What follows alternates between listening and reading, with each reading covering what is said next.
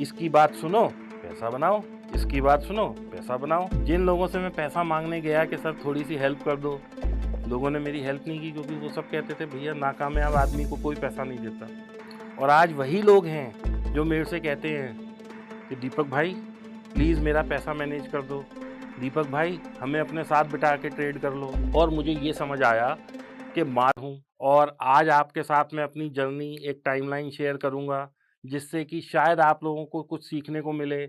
आपके कुछ ऐसे सवाल होंगे कि क्या करें, कैसे पैसा बनाएँ, क्या करें जिससे कि पैसा बने?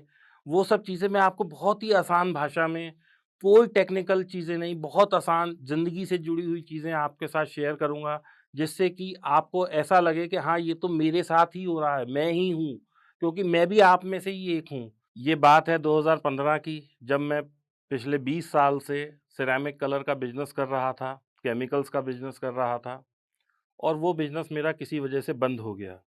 वो बंद क्यों हो गया? क्योंकि एक बहुत बड़ा प्रोडक्ट प्रोफ़ाइल ट्रांज़िशन आया उस इंडस्ट्री में। उसको मैं अगर सिंपल वे में बोलूँ तो जैसे कैसेट से सीडी आ गई, सीडी से पेन ड्राइव आ गई, ऐसे ही कुछ मेरे बिज़नेस में हुआ।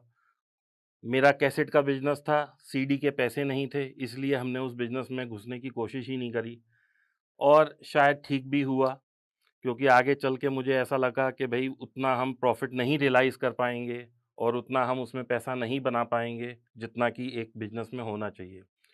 तो इसलिए फिर मैंने डिसीज़न लिया कि वो बिज़नेस मैं नहीं कर पाऊँगा, तो मैंने उस बिज़नेस को वहीं स्टॉप किया। क्योंकि 22 साल पुराना बिज़नेस था, तो उसमें बहुत सारी प्रॉब्लम्स आईं जब मैंने बंद किया। मुझे नहीं पता था कि क्या-क्या प्रॉब्लम्स होती हैं। मुझे लगा बस अब मैं लोगों को बोलूँगा कि मैं बंद कर रहा हूँ और बिज़नेस बंद हो जाएगा। लेकिन ऐसा नहीं हुआ, बहुत सारे सेटलमेंट होते हैं लेबर के साथ, डेटर्स के साथ, क्रेडिटर्स के साथ, बिज़नेस के साथ। तो वो सब झेल के जब मैंने अपना एक जर्नी पूरी करी 2015 में, तो मेरे पास हाथ में कुछ 1 डेढ़ करोड़ रुपया आया। तो मुझे लगा अब ज़िंदगी जो है वो इसी से ही है और अब कुछ नया शुरू करना है। 2015 में मेरी उम्र कुछ 36 साल की रही होगी। तो जिस आदमी ने पिछले 20 साल बिज़नेस किया हो और बहुत अच्छा बिज़नेस किया हो, जिसमें कि मतलब पैसे की कोई कमी नहीं थी, बहुत अच्छा मनी फ्लो था, बहुत अच्छा लाइफ़स्टाइल था, तो एकदम से 2015 में आपके हाथ में 1 डेढ़ करोड़ ही रह जाए, तो आपको लगता है कि यार ये क्या हो गया मेरे साथ? मतलब मैं कहाँ था और कहाँ आ गया?